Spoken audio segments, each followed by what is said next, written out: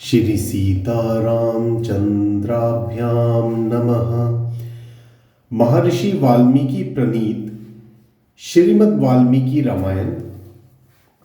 श्रीमद् वाल्मीकि रामायण महात्म्य चतुर्थो अध्याय है। चौथा अध्याय। चैत्र मास में रामायण के पठन और श्रवण का महात्म्य। कलिक नामक व्याध और उत्तंग मुनि की कथा। नारद उवाच अन्यमासं प्रवक्ष्यामि शृणुध्वं सुसमाहितः सर्वपापहरं पुण्यं सर्वदुःखनिबृहन्नं ब्राह्मण क्षत्रिय विशां शूद्राणां चैव योषितां समस्तकामफलदं सर्वव्रतफलप्रदं दुःखस्वप्ननाशनं धन्यं भुक्तिम् उक्त फलप्रदं रामायणस्य महात्म्यं श्रोतव्यं च प्रयत्नतः। नारद जी कहते हैं, महर्षियों, अब मैं रामायण के पाठ और श्रवण के लिए उपयोगी दूसरे मास का वर्णन करता हूं। एकाग्रचित्त होकर सुनो। रामायण का महात्म्य समस्त पापों को हर लेने वाला, पुण्यजनक तथा संपूर्ण दुखों का निवारण करने वाला है। वह ब्राह्मण, क्षत्रिय, वैश्य, शूद्र तथा स्त्री इन सब को समस्त मनोवांछित फल प्रदान करने वाला है। उससे सब प्रकार के व्रतों का फल भी प्राप्त होता है। वह दुख स्वप्न का नाशक, धन की प्राप्ति कराने वाला तथा भोग और मोक्ष रूप फल देने वाला है। अतः उसे प्रयत्न पूर्वक सुनना चाहिए। अत्रैवोदाहरन्तीमि इतिहासं पुरातनं पठतां शृण्वतां च एव सर्वपापप्रशानशनं। इसी विषय में विज्ञ पुरुष एक प्राचीन इतिहास का उदाहरण देते हैं। वह इतिहास अपने पाठकों और श्रोताओं के समस्त पापों का नाश करने वाला है। आसीत पुरा कलियुगे कलिको नाम लुप्तकः परद्रह्य हरिण सततम रतः। प्राचीन कलियुग में एक कलिक नाम वाला व्याध रहता था। वह सदा पराई स्त्री और पराये धन के अपहरण में ही लगा रहता था। पर निंदो परो नित्यम जंतु पीड़ाकरस्तथा हत्वान ब्राह्मणान गावः शतो अहत सहस्त्रशः। दूसरों की निंदा करना उसका नित्य का काम था। वह सदा सभी जंतुओं को पीड़ा दिया करता था। उसने कितने ही ब्राह्मणों तथा सैकड़ों हजारों गौओं की हत्या कर डाली थी। देवस्वहर्णी नित्यं परस्वहर्णी तथा तेन पापन्येकानि कृतानि समूहान्ति च। पराय धन का तो वह नित्य अपहरण करता ही था, देवताओं के धन को भी हड़प लेता था। उसने अपने जीवन में अनेक बड़े बड़े पाप किए थे। नैतेषां शक्यते वक्तुं संख्या वत्सरकोटिभिः स कदाचिन् महापापो जन्तूनामन्तकोपमः। सौवीरनगरं प्राप्तः सर्वैश्वर्यसमन्वितं योषितवीरभूषिताभिश्च सौरभिर्विमोलोकैः अलंकृतं विपिनभृर्यार्यो देवपुरोपमम्। उसके पापों की गणना करोड़ों वर्षों में भी नहीं की जा सकती थी। एक समय वह महापापी व्याध, जो जीव जंतुओं के लिए यमराज के समान भयंकर था, सौवीर नगर में गया। वह नगर सब प्रकार के वैभव से संपन्न, वस्त्राभूषणों से विभूषित, युवतियों द्वारा सुशोभित, स्वच्छ जल वाले सरोवर से अलंकृत तथा भांति भांति की दुकानों से सुसज्जित था। देवनगर के समान उसकी शोभा हो रही थी। व्याध उस नगर में गया। तस्योपवन मध्यस्थं रम्यं केशव मंदिरं छादितं हेमकैलेश्वर दृष्ट्वा व्याधो मुदं ययौ हराम्यत्र स्वर्णानि बहूनीति विनिश्चितः। सौवीर नगर के उपवन में भगवान केशव का बड़ा सुंदर मंदिर था, जो सोने के अनेकानेक कलशों से ढका हुआ था। उसे देखकर व्याध को बड़ी प्रसन्नता हुई। उसने निश्चय कर लिया कि मैं यहाँ से बहुत सा स्वर्ण चुराकर ले चलूंगा। जगाम राम भवनम कीनाशश्चौलोलुप है तत्रापश्यत द्विजवरम शांतम तत्वार्थ कोविदम परिचर्या परम विष्णोरुत्तंडकम तपसाम निधिम एकांकिनम दयालुम च निस्पृह ध्यानोलोलुपम। ऐसा निश्चय कर वह चोरी पर लट्टू रहने वाला व्याध श्री राम के मंदिर में गया।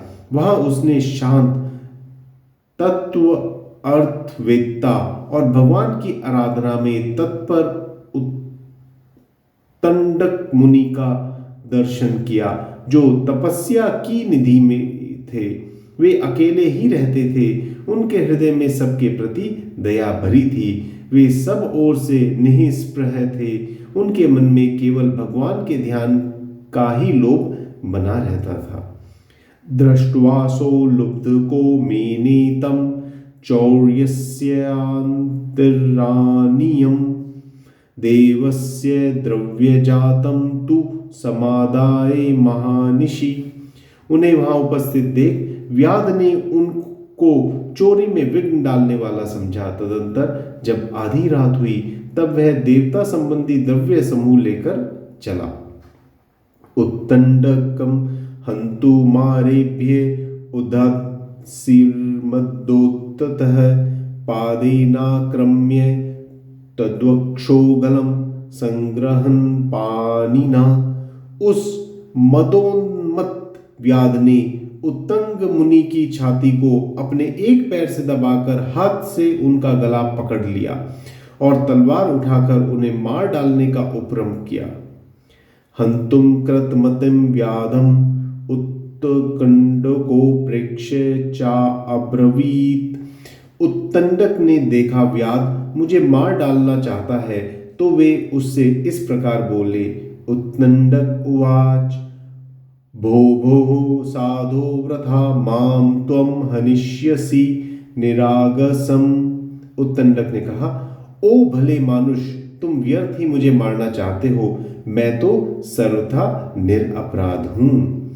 मया किम पराधम ते तद्वद त्वम च लुब्धक कृतापराधीनो लोके हिंसां कुर्वन्त यत्नतः न हिंसन्ति वृथा सौम्य सज्जन अप्यापापीनम। लुब्धक, बताओ तो सही, मैंने तुम्हारा क्या अपराध किया है? संसार में लोग अपराधी की ही प्रयत्नपूर्वक हिंसा करते हैं। सौम्य सज्जन निरपराध की व्यर्थ हिंसा नहीं करते। विरोधीष्वपि मूर्खेषु निरीक्ष्यावस्थितान् गुणान् विरोधं नाधिगच्छन्ति सज्जना शांतचेतसः। शांत चित्त साधु पुरुष अपने विरोधी तथा मूर्ख मनुष्यों से भी सद्गुणों की स्थिति देखकर उनके साथ विरोध नहीं रखते हैं। बहुधा वाच्यमानोऽपि यो नरः शम्यावन्तिः तमुत्ततं नरं प्राहुर्विष्णो प्रियतरम। तथा जो मनुष्य बारंबार दूसरों की गाली सुनकर भी क्षमाशील बना रहता है वह उत्तम कहलाता है। उसे भगवान विष्णु का अत्यंत प्रियजन बताया गया है। इससे पहले वाले श्लोक का अर्थ फिर से पढ़ता हूं। शांत चित्त साधु पुरुष अपने विरोधी तथा मूर्ख मनुष्यों में भी सद्गुणों की स्थिति देखकर उनके साथ विरोध नहीं रखते हैं। सुजनो न याति वैरम परहित निरतो विनाश काले अपि छेदे अपि चंदतरु सुरभि करोति मुखम कुठारस्य। दूसरों के हित साधन में लगे रहने वाले साधुजन किसी के द्वारा अपने विनाश का समय उपस्थित होने पर भी उसके साथ वैर नहीं करते। चंदन का वृक्ष अपने को काटने पर भी कुठार की धार को सुवासित ही करता है। अहो विधि वैर्य बलवान बाधते बहुधा जनान सर्वसंग विहीनो अपि बाध्यते तु दुरात्मना। अहो विधाता बड़ा बलवान है, वह लोगों को नाना प्रकार से कष्ट देता रहता है। जो सब प्रकार के संग से रहित है उसे भी दुरात्मा मनुष्य सताया करते हैं।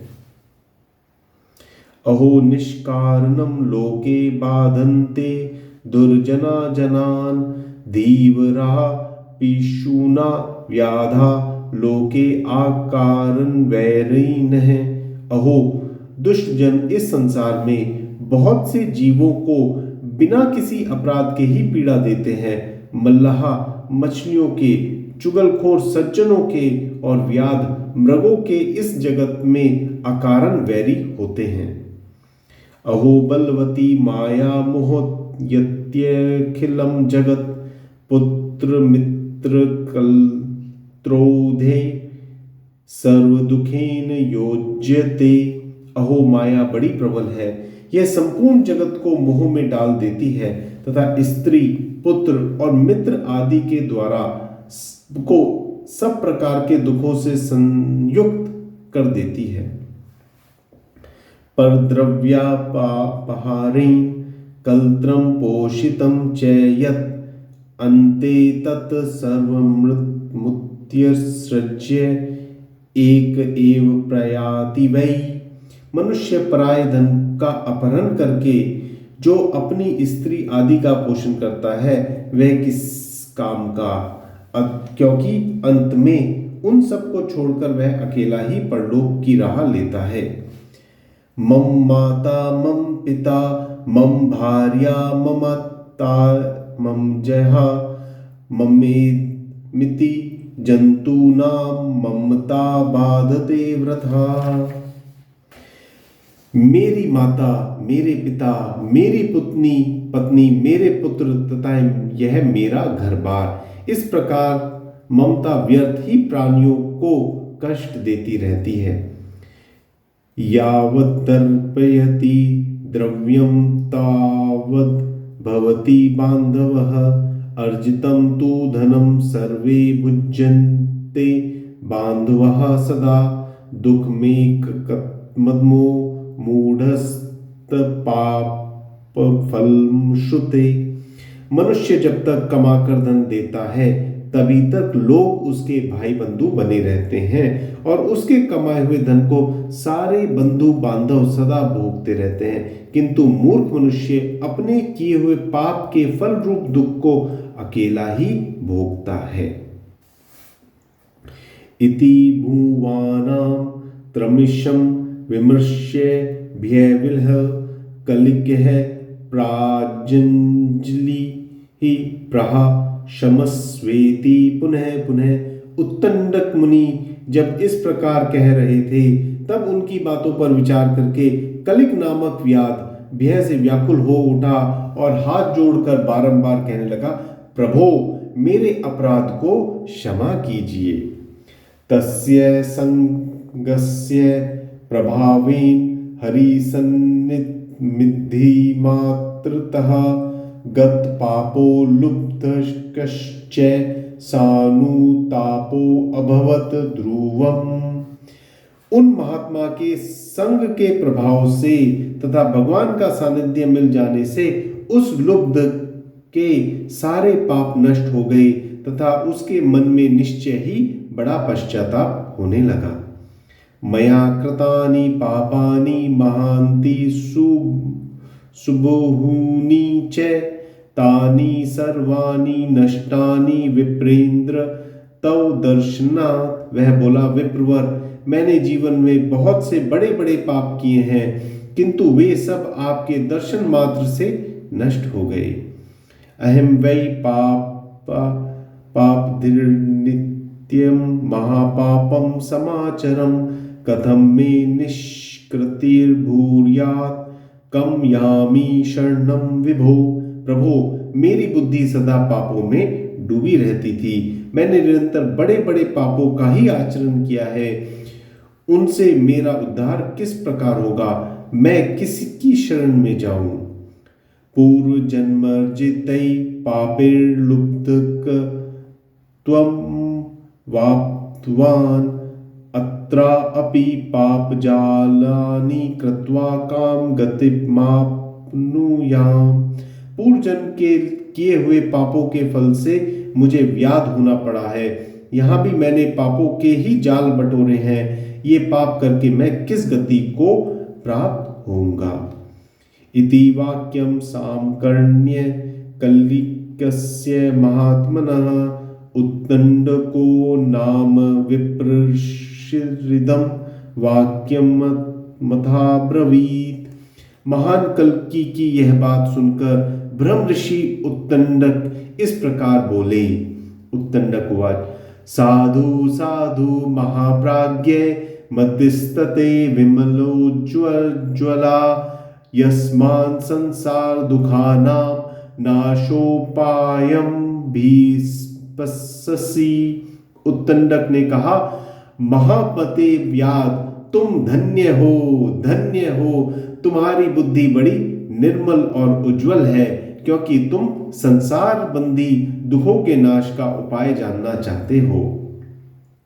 चैत्रे मासी सिते पक्षे कथा रामनस्य च नावाहन किले श्रोतव्यवता वया भक्ति भावेन सादारम यस्य श्रावण मात्रेन सर्व पापै प्रमुच्यते।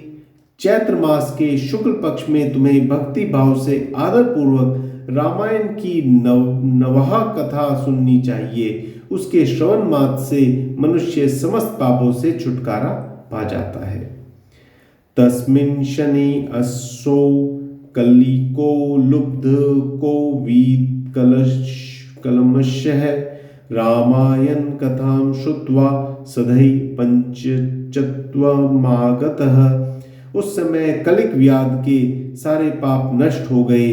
वह रामायण की कथा सुनकर तत्काल मृत्यु को प्राप्त हो गया। उत्तंडक पतितं वीक्ष्य लुब्धकं तं दयापरः एतद् दृष्ट्वा विस्मितश्च अस्तोषित कलमापतिं। व्याध को धरती पर पड़ा हुआ देख दयालु उत्तंडक मुनि बड़े विस्मित हुए। फिर उन्होंने भगवान कमलापति का सत्वन किया। कथां रामायणस्यापि श्रुत्वा च वीतकलमशः दिव्यं विमानमारुह्य मुनिमतेत तथा ब्रवीत। रामायण की कथा सुनकर निष्पाप हुआ व्याध दिव्य विमान पर आरूढ़ हो उत्तंडक मुनि से इस प्रकार बोला।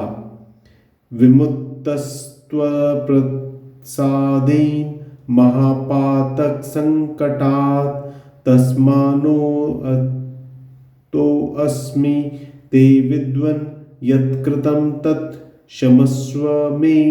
विद्वान, आपके प्रसाद से मैं महापातकों के संकट में से मुक्त हो गया, अतः मैं आपके चरणों में प्रणाम करता हूँ। मैंने जो किया है मेरे उस अपराध को आप क्षमा कीजिए।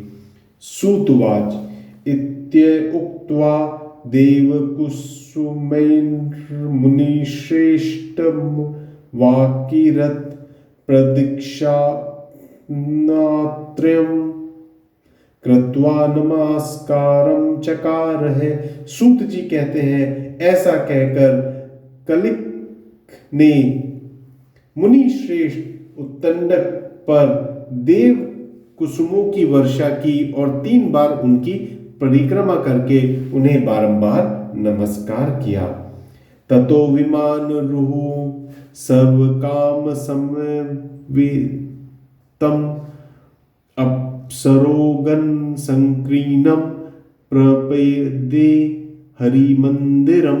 तत्पश्चात अप्सराओं से भरे हुए संपूर्ण मनोवांछित भोगों से संपन्न विमान पर आरूढ़ हो वह श्री हरि के धाम में पहुंच गया। तस्मात् श्रृणुध्वं